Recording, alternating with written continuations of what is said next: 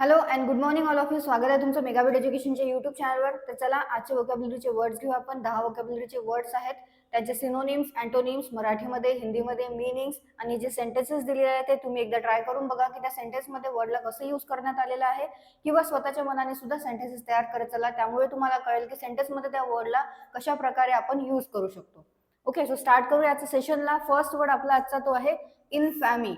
INFAMY, infamy. इन्फॅमीचं meaning होतं the state of being well known for some bad quality or deed. म्हणजेच काय तर काहीतरी आपल्यामध्ये खराब क्वालिटीज आहेत त्या त्या कारणाने ओळखल्या जाणे, त्याला काय म्हटलं जातं, इन्फॅमी असं म्हटलं जातं. The state of being well known for some bad qualities or deed. म्हणजेच काही खराब कार्य केलेलं आहे किंवा काही खराब क्वालिटीज आहे आपल्यामध्ये, तर ते क्वालिटीजमुळे ओळखल्या जाणे की हा खराब व्यक्ती आहे म्हणून, किंवा यांनी काहीतरी खराब काम केलेलं आहे. सो त्याला काय म्हटलं जातं, इन्फॅमी असं म्हटलं जातं. आणि म्हणजेच काय झालेली आहे, त्या व्यक्तीची काय झालेली आहे, बदनामी अशी झालेली आहे की तो व्यक्तीच चांगला नाही आहे. सो इन्फॅमीचं मिनिंग हिंदीमध्ये होतं बदनामी, मराठीमध्ये सुद्धा बदनामीच असं म्हटलं जातं. आणखी काय म्हटलं जातं मराठीमध्ये, अप्रतिष्ठा किंवा दुष्कीर्ती.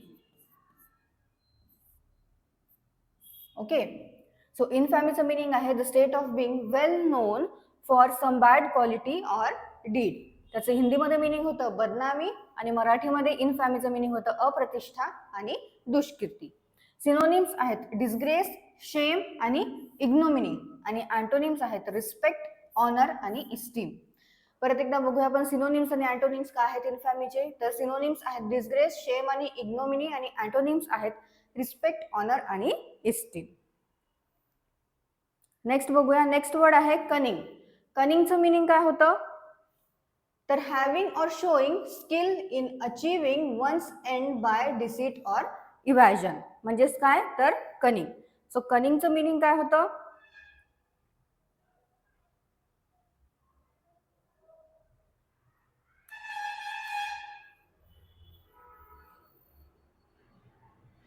ओके, सो कनिंगचं मिनिंग काय आहे, having or showing skill in achieving one's ends by deceit or इव्हॅजन.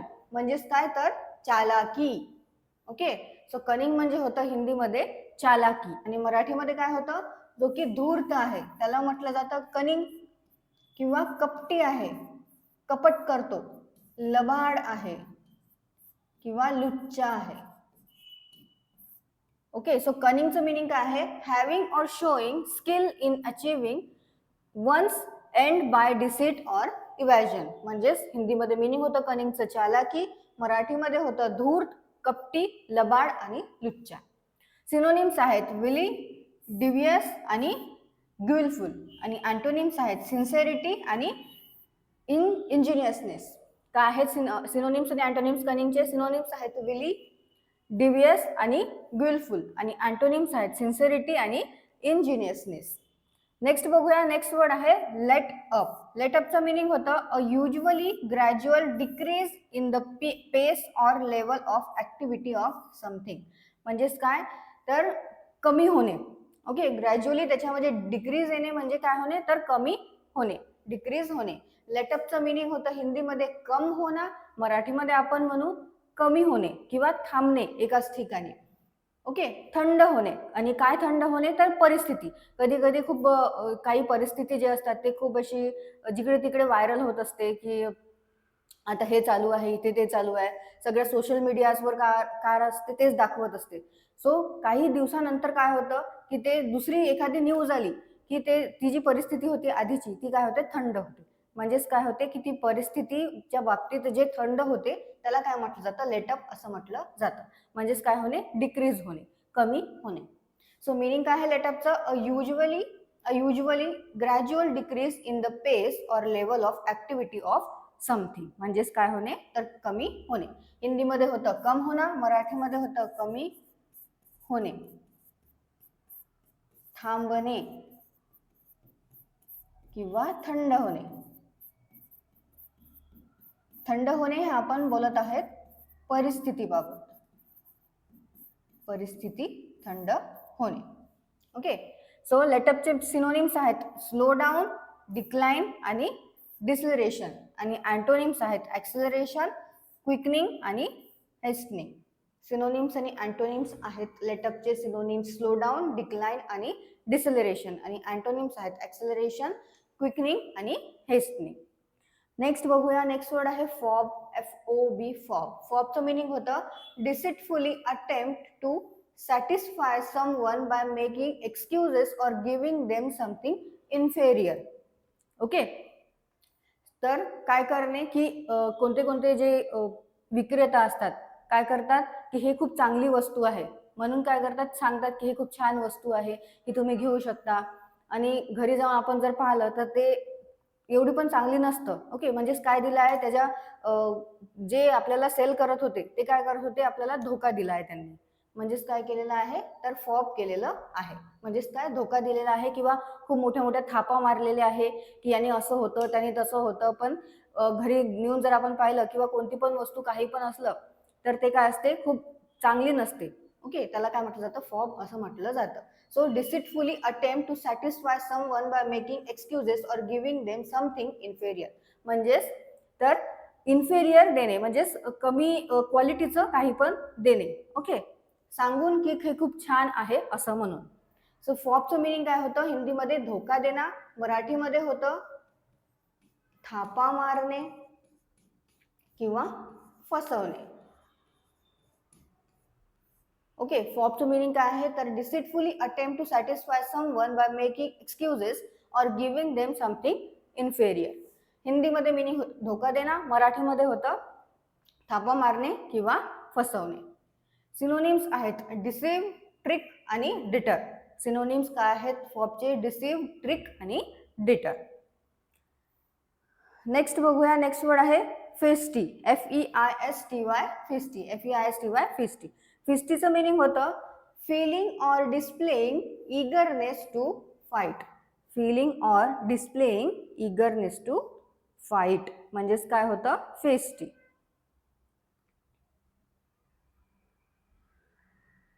Okay, म्हणजेच काय तर आक्रमक होणे.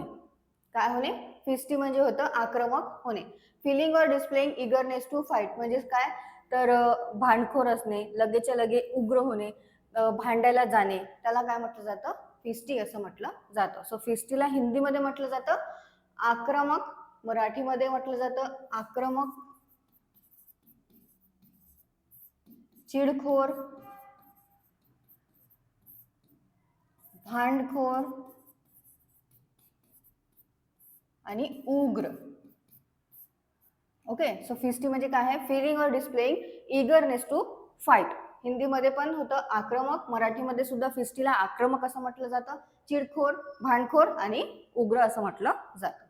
सो सिनोनिम्स आहेत फेस्टीचे अग्रेसिव्ह, मिलिटंट आणि हॉस्टाईल, आणि अँटोनिम्स आहेत पीसफुल, पीसेबल आणि नॉन अग्रेसिव्ह. ओके, फेस्टीचे सिनोनिम्स आहेत अग्रेसिव्ह, मिलिटंट आणि हॉस्टाईल, आणि अँटोनिम्स आहेत पीसफुल, पीसेबल आणि नॉन अग्रेसिव्ह. नेक्स्ट वर्ड आहे ओव्हरकिल. ओव्हरकिलचं काय आहे बघू आपण मिनिंग. ओके, ओव्हरकिलचं मिनिंग आहे the state or an instant of going beyond what is usual, proper or needed. म्हणजेच काय तर अतिरेक करणे कशाचा आपण, जे आपल्याला पाहिजे आहे त्याच्यापेक्षा जास्त काही करणे, गरजेपेक्षा जास्त काहीतरी करणे, त्याला काय म्हटलं जातं, ओव्हरकिल असं म्हटलं जातं. सो ओव्हरकिलचं काय मिनिंग आहे तर अति करणं. हिंदीमध्ये म्हटलं जातं अति करणं, मराठीमध्ये काय म्हटलं जातं अतिरेक किंवा गरजेपेक्षा जास्त. ओके, सो ओव्हरकिलचं मिनिंग काय आहे अति करणं, मराठी हिंदीमध्ये होतं अति करणं, मराठीमध्ये होतं अतिरेक करणे आणि गरजेपेक्षा जास्त करणे. इंग्लिशमध्ये पण एकदा बघून घेऊया आपण ओव्हरकिलला काय म्हटलं जातं. So the state or an instant of going beyond what is usual, proper or needed. म्हणजे आपल्याला जे काही नीडेड आहे किंवा जे काही प्रॉपर आहे त्याच्यापेक्षा जास्त काहीतरी करणे, त्याला म्हटलं जातं ओव्हरकिल. सिनोनिम्स आहेत सरप्लस, एक्सेस आणि ओव्हरफ्लो, आणि अँटोनिम्स आहेत डिफिशियन्सी, डिफिसिट आणि इनसफिशियन्सी. काय आहेत सिनोनिम्स ओव्हरकिलचे, सरप्लस, एक्सेस आणि ओव्हरफ्लो, आणि अँटोनिम्स आहेत डिफिशियन्सी, डिफिसिट आणि इनसफिशियन्सी. नेक्स्ट वर्ड आहे एफिमेरल. एफिमेरलचं मिनिंग होतं lasting for a very short time. म्हणजेच काय असते, जे खूप क्षणिक असते त्याला म्हटलं जातं एफिमेरल. खूप कमी वेळाकरता जे असतं त्याला म्हटलं जातं एफिमेरल. सो हिंदीमध्ये एफिमेरलचं मिनिंग होतं अल्पकालिक, मराठीमध्ये सुद्धा अल्पकालिक म्हटलं जातं. आणखी काय म्हटलं जातं एफिमेरलला? क्षणिक किंवा क्षणभंगूर. म्हणजेच जे खूप शॉर्ट टाइम करता आहे, जे खूप कमी काळाकरता आहे त्याला म्हटलं जातं एफिमेरल. सिनोनिम्स आहेत ब्रीफ, शॉर्ट आणि लिटल. आणि अँटोनिम्स आहेत इटर्नल, लास्टिंग आणि एन्ड्युरिंग. एफिमेरलचे सिनोनिम्स आहेत ब्रीफ, शॉर्ट आणि लिटल. आणि अँटोनिम्स आहेत इटर्नल, लास्टिंग आणि एन्ड्युरिंग. नेक्स्ट वर्ड आहे कॉन्ट्रवेन्शन. CONTRAVENTION. कॉन्ट्रवेन्शनचं मिनिंग होतं a failure to uphold the requirements of law, duty or obligation. म्हणजेच काय करणे, काही लॉ आहे, एखादी ड्युटी आहे किंवा काही ऑब्लिगेशन्स आहे, त्याला काय करणे, त्याचे जे रिक्वायरमेंट्स आहे ते त्याच्यामध्ये फेल होणे. म्हणजेच काय करणे, त्याचं उल्लंघन करणे, त्याला काय म्हटलं जातं? कॉन्ट्रवेन्शन असं म्हटलं जातं. किंवा काही पण लॉ आहे त्याचा भंग करणे. सो मराठीमध्ये काय होतं, कॉन्ट्राव्हेन्शन म्हणजे उल्लंघन सुद्धा म्हटलं जातं, भंग करणे सुद्धा असं म्हटलं जातं. सो कॉन्ट्राव्हेन्शनचं मिनिंग आहे a failure to uphold the requirements of law, duty or obligation. म्हणजेच होतं हिंदीमध्ये आणि मराठीमध्ये उल्लंघन असं मिनिंग होतं कॉन्ट्राव्हेन्शनचं. आणखी काय होतं मराठीमध्ये मिनिंग, तर भंग किंवा विरुद्ध जाणे. ओके, लॉच्या विरुद्ध जाणे त्याला म्हटलं जातं कॉन्ट्राव्हेन्शन. सिनोनिम्स आहेत व्हायोलेशन, ब्रीच आणि ऑफेन्स. आणि अँटोनिम्स आहेत ऑब्झर्वन्स, रिस्पेक्टिंग आणि अपहोल्डिंग. काय आहेत सिनोनिम्स आणि अँटोनिम्स कॉन्ट्राव्हेन्शनचे? सिनोनिम्स आहेत व्हायोलेशन, ब्रीच आणि ऑफेन्स. आणि अँटोनिम्स आहेत ऑब्झर्वन्स, रिस्पेक्टिंग आणि अपहोल्डिंग. नेक्स्ट वर्ड आहे वर्टिजिनियस. VERTIGINOUS. वर्टिजिनियस. वर्टिजिनियसचं मिनिंग होतं having or causing a whirling sensation liable to falling. Okay, म्हणजेच काय, तर हिंदीमध्ये मिनिंग होतं वर्टिजिनियसचं चक्कर आना.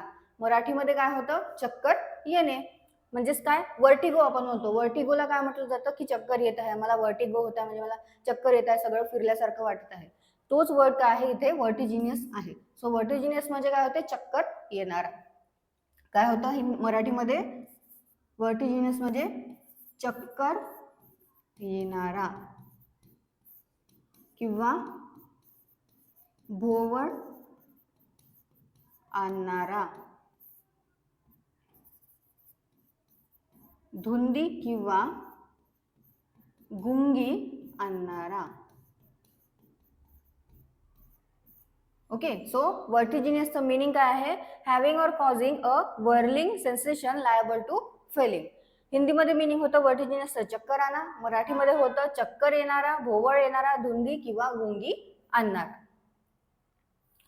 सिनोनिम्स आहेत वर्टिजिनियसचे गिडी, डिझी आणि वुझी. आणि अँटोनिम्स आहेत स्टेडी, स्टेबल आणि क्लिअर हेडेड. ओके, सो वर्टिजिनियसचे सिनोनिम्स आहेत गिडी, डिझी आणि वुझी. आणि अँटोनिम्स आहेत स्टेडी, स्टेबल आणि क्लिअर हेडेड.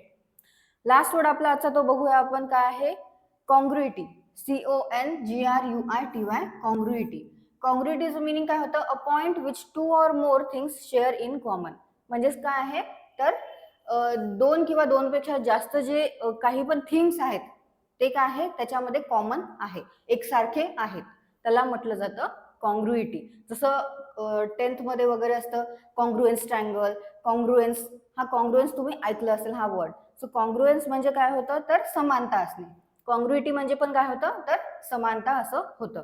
सो कॉन्ग्रुइटीचं मिनिंग काय आहे, a point which to or more things share in common. जे काय करतात, शेअर करतात कॉमन थिंग्स दोनपेक्षा जास्त. Okay, a point which to or more things, दोनपेक्षा जास्त काही पण आहेत थिंग्स ते शेअर करतात, कॉमन थिंग्स, त्याला म्हटलं जातं कॉन्ग्रुइटी. हिंदीमध्ये म्हटलं जातं कॉन्ग्रुइटीला समानता, मराठीमध्ये म्हटलं जातं सामंजस्य,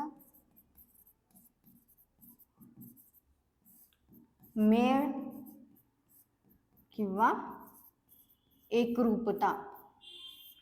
ओके, कॉन्ग्रुइटीचं मिनिंग होतं a point which to or more things share in common. हिंदीमध्ये मिनिंग होतं समानता, मराठीमध्ये होतं सामंजस्य, मेळ आणि एकरूपता. सिनोनिम्स आहेत सिमिलॅरिटी, रिझेम्बलन्स आणि कॉमनॅलिटी. आणि अँटोनिम्स आहेत डिफरन्स, डिक्रिपेन्सी आणि डिससिमिलॅरिटी. काय आहेत सिनोनिम्स कॉन्ग्रुइटीचे? सिमिलॅरिटी, रिझेम्बलन्स आणि कॉमनॅलिटी. आणि अँटोनिम्स आहेत डिफरन्स, डिस्क्रिपन्सी आणि डिससिमिलॅरिटी.